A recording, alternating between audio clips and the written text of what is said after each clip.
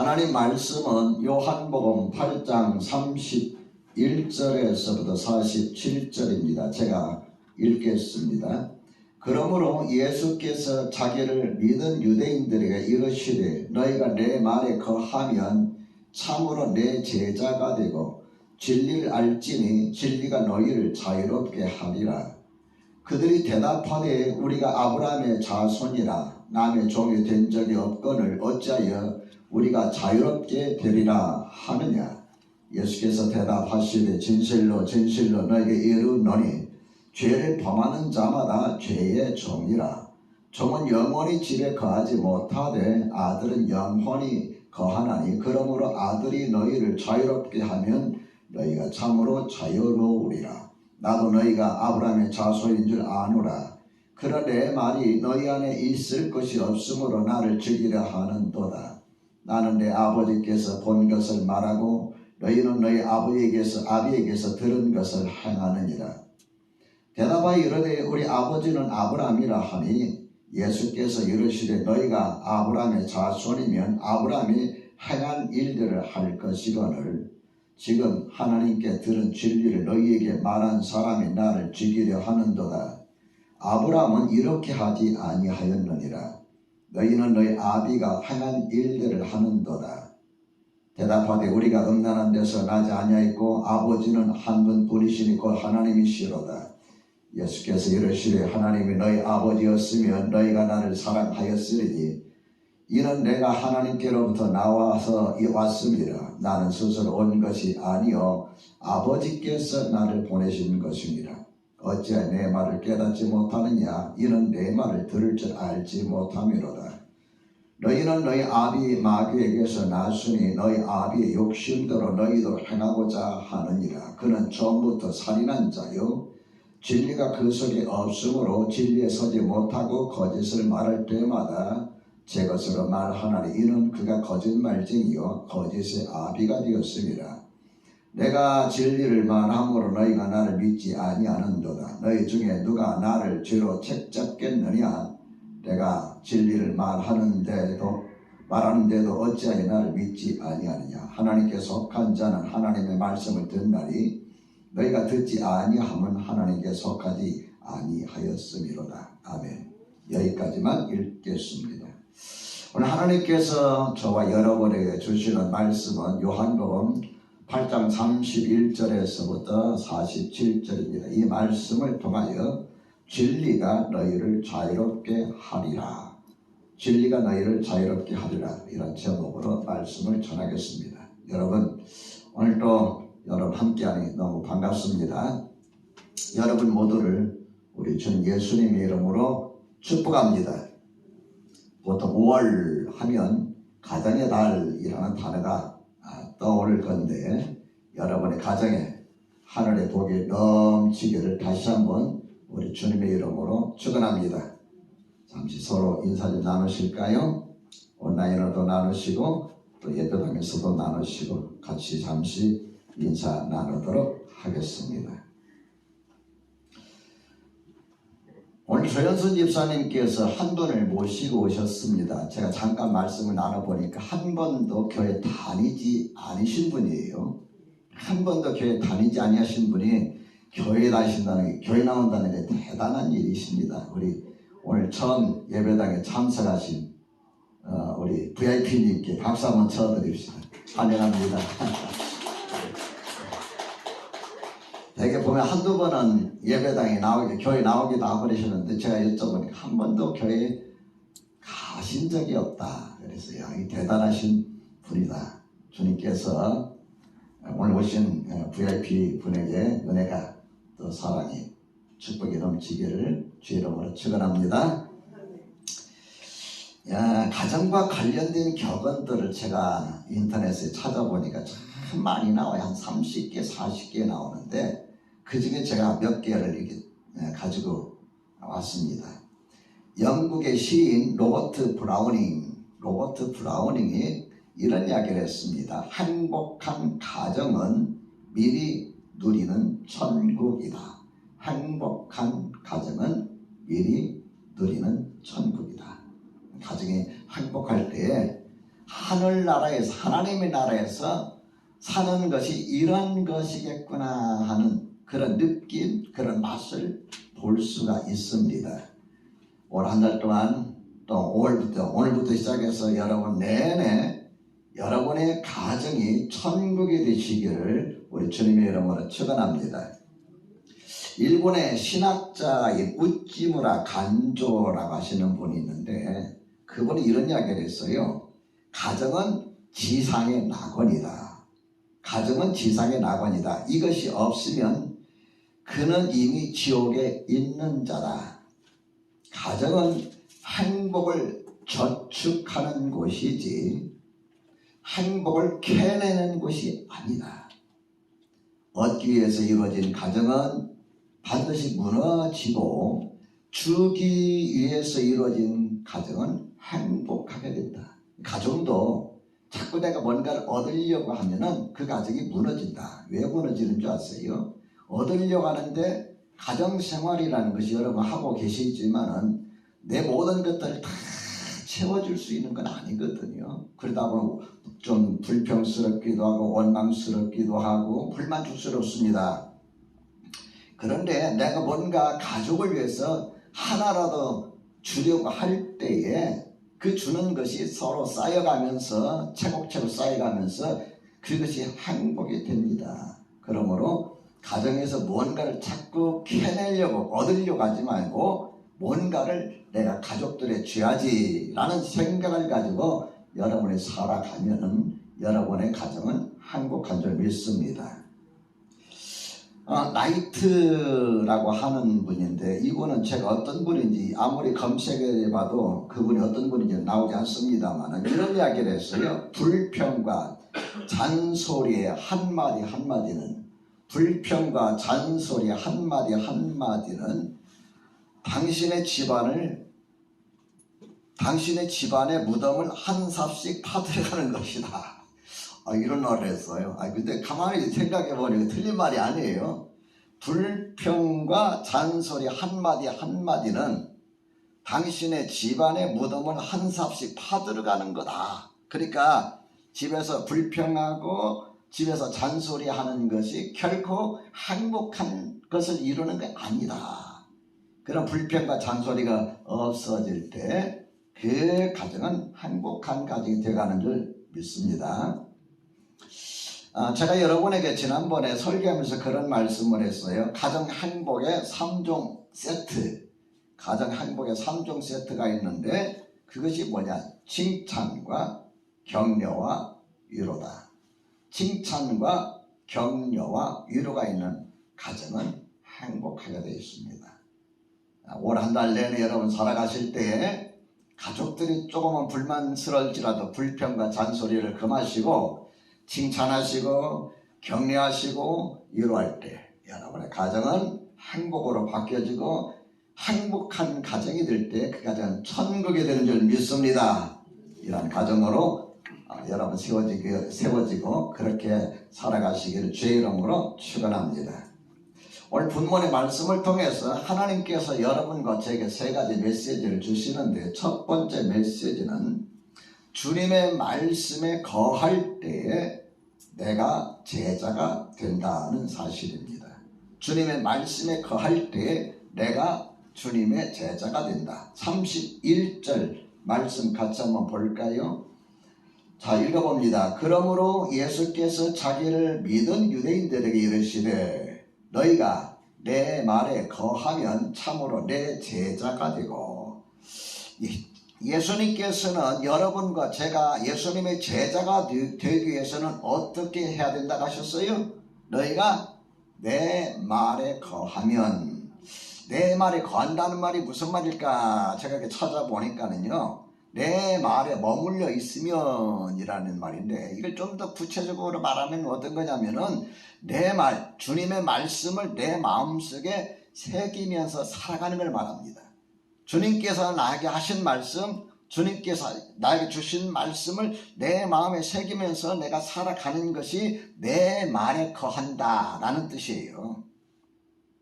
여러분, 성경에 보면은 제자라는 말들을 많이 쓰고 있어요. 제가 이 통계를 좀 좋아하는 편인데 성경을 찾아보니까 제자라는 단어가 335번 나오는데 놀라운 것은요, 신약 성경에 314번 나와요.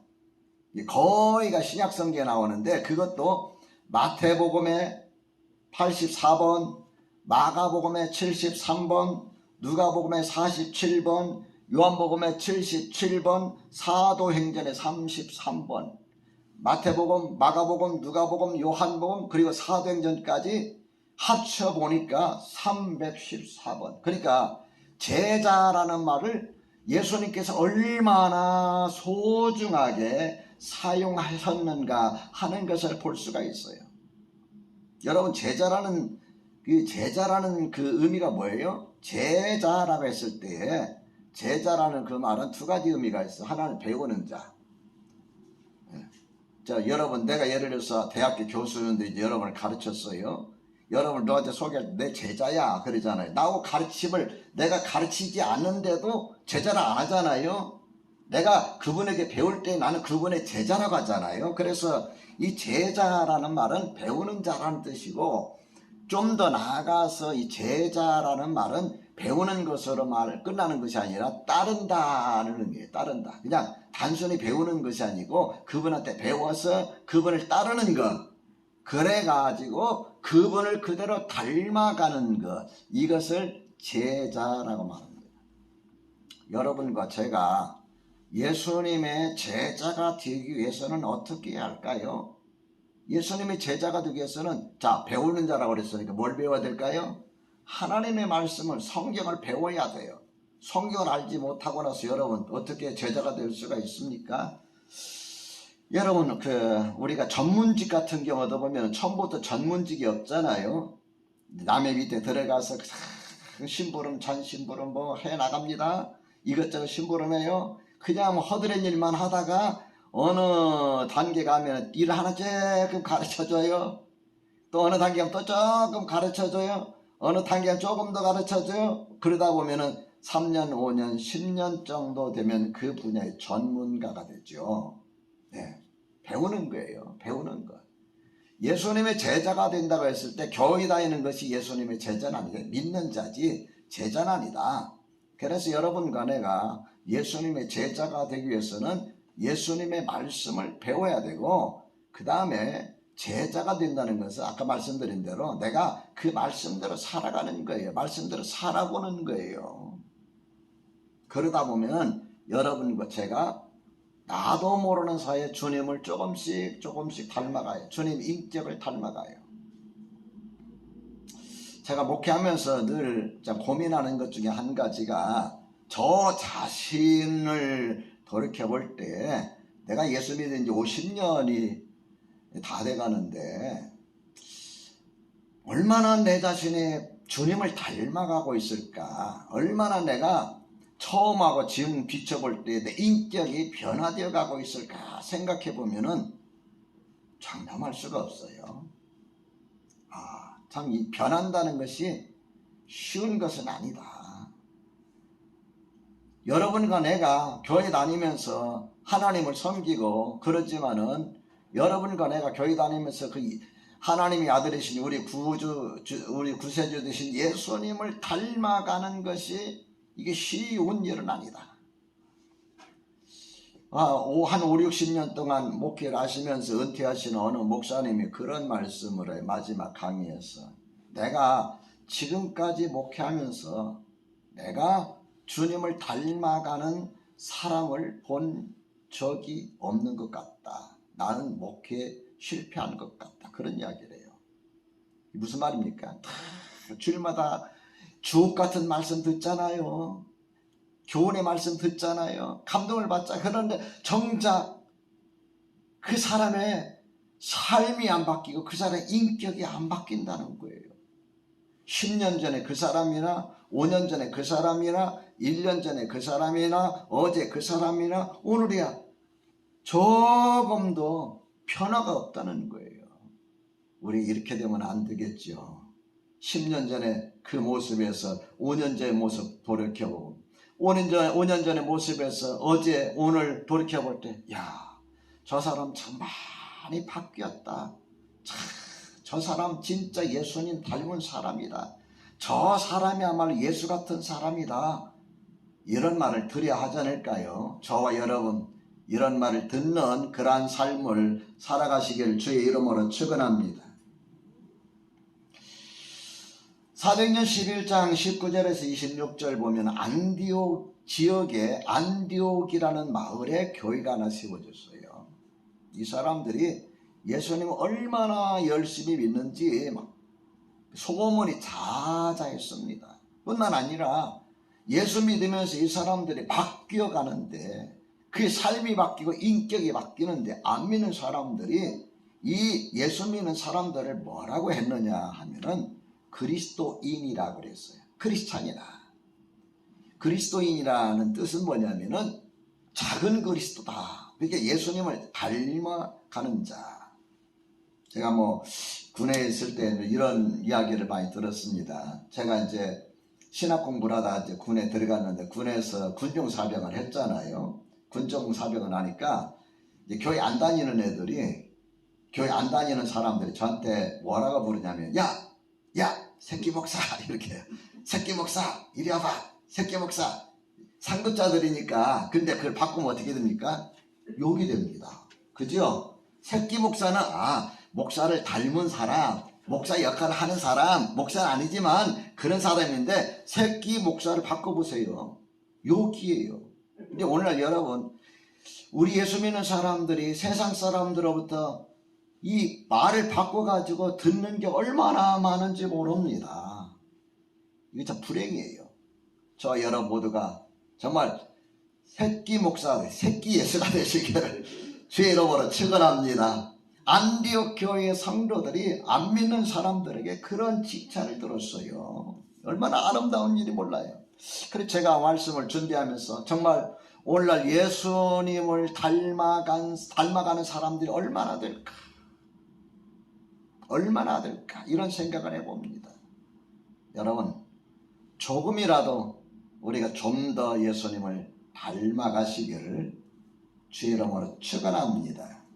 우리가 주의 말씀을 내 마음에 새기고 내가 그렇게 살아가려고 애쓸 때에 여러분과 내가 주님을 닮아가는 사람이 된다는 걸 꼭 기억합시다. 둘째로 주님의 말씀은 우리에게 자유함을 줍니다. 32절 말씀 같이 한번 읽어볼까요? 32절 진리를 알지니 진리가 너희를 자유롭게 하리라. 진리가 너희를 자유롭게 하리라. 너희를 자유롭게 하리라. 이런 말씀을 할 때에 거기 있는 사람들이 아니 우리가 뭐 남의 종이 된 적이 없는데 무슨 자유롭게 한다는 말이냐. 이거 말도 안 되는 소리다 하고 뭐 여기저기서 수근거렸어요. 예수님께서 진리를 알지니 진리가 너희를 자유롭게 하리라 이런 말씀을 하니까 말씀을 듣던 사람들이 예수님 설교 듣던 사람들 아니 우린 종도 아닌데 무슨 자유롭게 무슨 자유는 무슨 자유야. 요즘 말로 하면 개뿔이죠. 개뿔 무슨 자유야 자유. 난 아브라함의 자손인데 내가 어디 종이 되었나? 막 그런 투덜거리는 소리가 들려왔어요. 그때 예수님께서 34절에 뭐라고 했느냐 하면은 진실로 진실로 너에게 이르노니 죄를 범하는 자마다 죄의 종이라. 너희가 어떤 사람의 종이라는 말이 아니라 우리가 죄를 지으면은 죄의 종이 될 수밖에 없다 라는 의미로 말씀하신 거예요.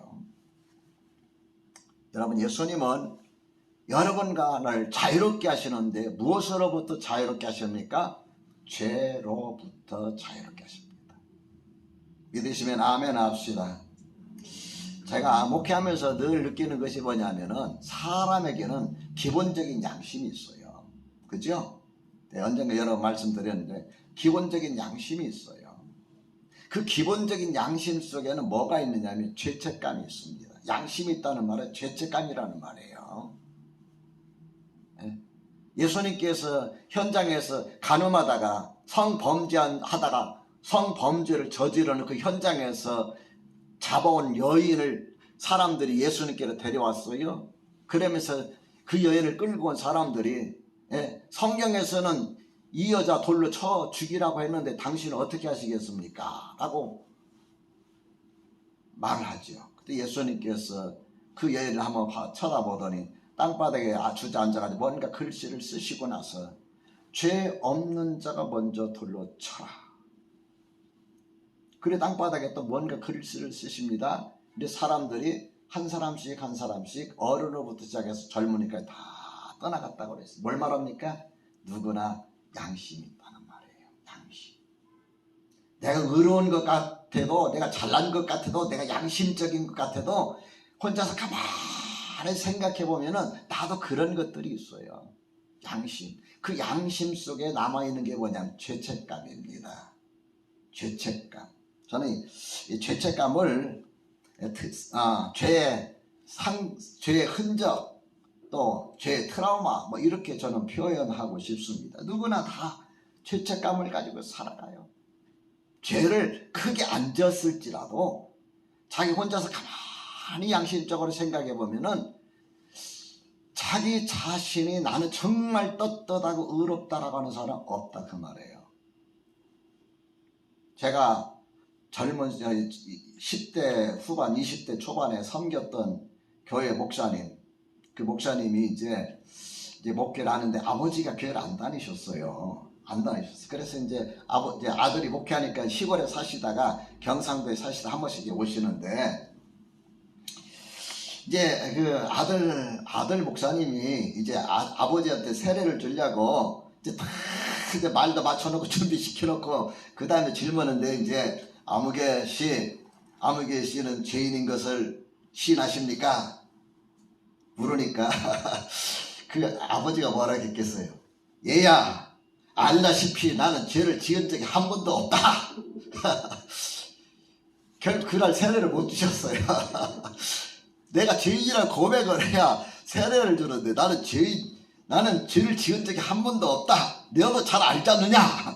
그런데 이게 그분만 있었던 게 아니에요. 저희 아버지, 돌아가신 아버지도 교회 다니면서 다른 사람들은 다 나쁜 짓 했을 줄은 나는 지금까지 나쁜 짓 한 번도 한 거 없어서 나는 천국에 들어갈 수 있다고 했어요. 그러던 그분이 진짜 예수님을 만나고 나서, 예수님 믿고 만나고 나서 자신이 죄인인 것을 고백하더라고요. 사람은 누구에게나 이러한 깊은 곳에 죄에 대한 그 트라우마가, 상처, 흔적이 남아있구나 하는 것을 볼 수가 있어요. 예수님께서는 여러분과 내가 이 땅 살아가면서 보이지 않는 얼마나 많은 죄책감에 때로는 시달립니까? 그런데 주님이 이 땅에 오신 것은 이러한 죄로부터 여러분의 저를 자유롭게 하시기 위해서 오셨습니다. 믿으시면 아멘 합시다.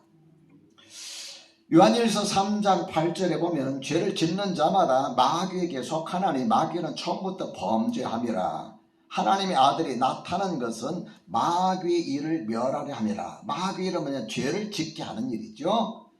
오늘 본문의 8장 44절에 보면은 주님께서 이런 말씀하셨어요. 너희는 너희 아비 마귀에게서 났으니 너희 아비 욕심대로 너희들 행하고자 하느니라. 그는 처음부터 살인한 자요 진리가 그 속에 없으므로 진리에 서지 못하고 거짓은 말할 때마다 제 것으로 말하느니 그가 거짓말쟁이요 거짓의 아비다. 마귀는 거짓말쟁이, 거짓의 아비야. 거짓말을 거짓말처럼 이야기 안 하고 참말처럼 이야기하는 거예요.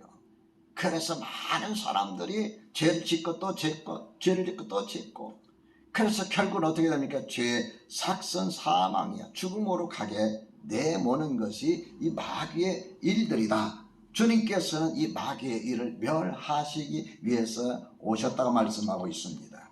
예수님은 죄 가운데 살고 있는 여러분과 나에게 자유함을 주시기 위해서 오셨다라고 말씀하신 걸 기억하면서 여러분과 내가 더 이상 죄에 억눌리지 마시고 죄로부터 벗어나고 자유로운 그런 삶을 살아가시기를 주의 이름으로 축원합니다.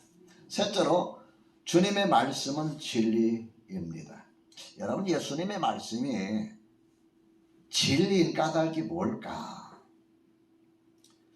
예수님의 말씀이 우리에게 자유함을 주는 까닭이 뭘까? 제가 이 때문에 고민을 어젯밤에 많이 했어요. 진리를 알지니 진리가 너희를 자유롭게 하리라. 이게 도대체 무슨 말씀입니까? 이해를 못한다는 말이 아니에요. 목회자가 이해를 못해서 안 되겠죠. 진리를 알지니 진리가 너희를 자유롭게 하라. 이 말씀을 묵상을 해보는데 깊이 생각해보면 가슴에 팍팍팍 와닿는 게 없어요. 도대체 그냥 너무 막연하고 추상적이에요.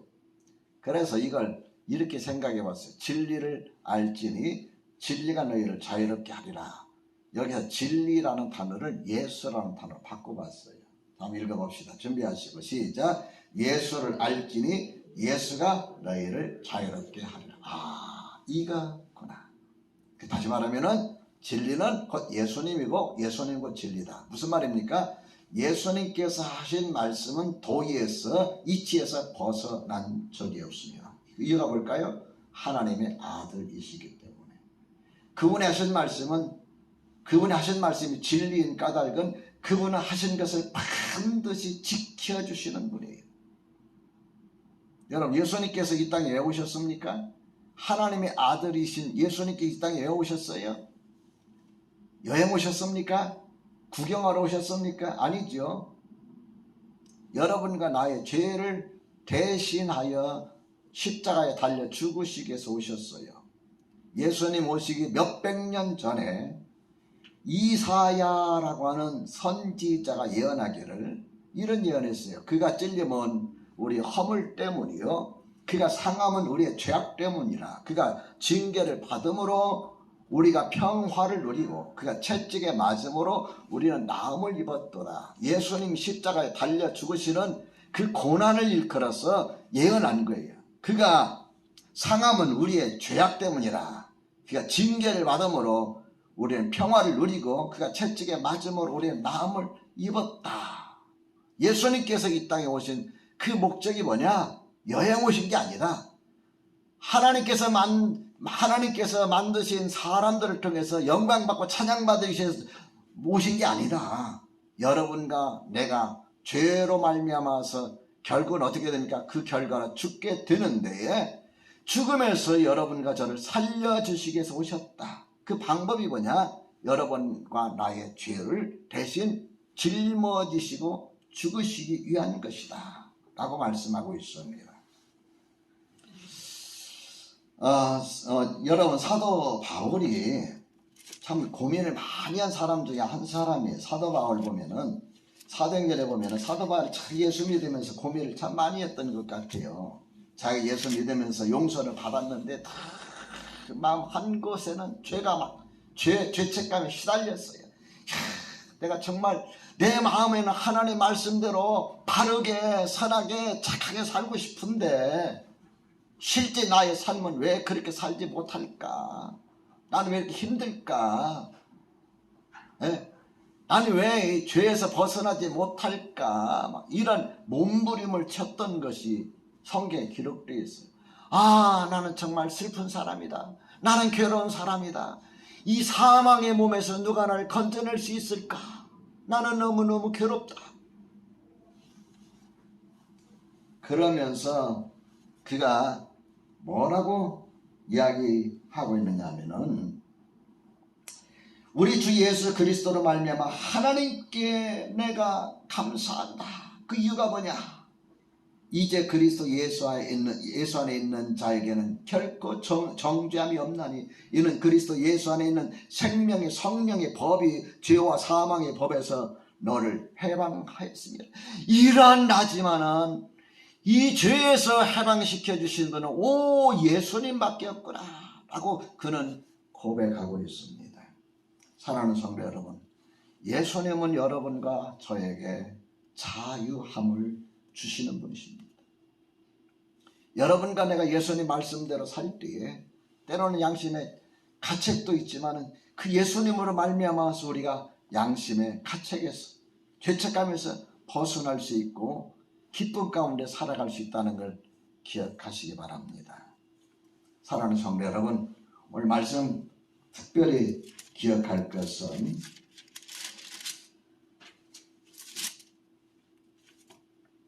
진리를 알지니 진리가 너희를 자유롭게 하리라. 이 말씀은 곧 예수를 알지니 예수가 너희를 자유롭게 하리라 하는 말씀이라는 걸 기억하면서 예수 안에서 죄로부터, 예수 안에서 모든 것으로부터 자유함을 누리며 살아가시기를 우리 주님의 이름으로 축원합니다.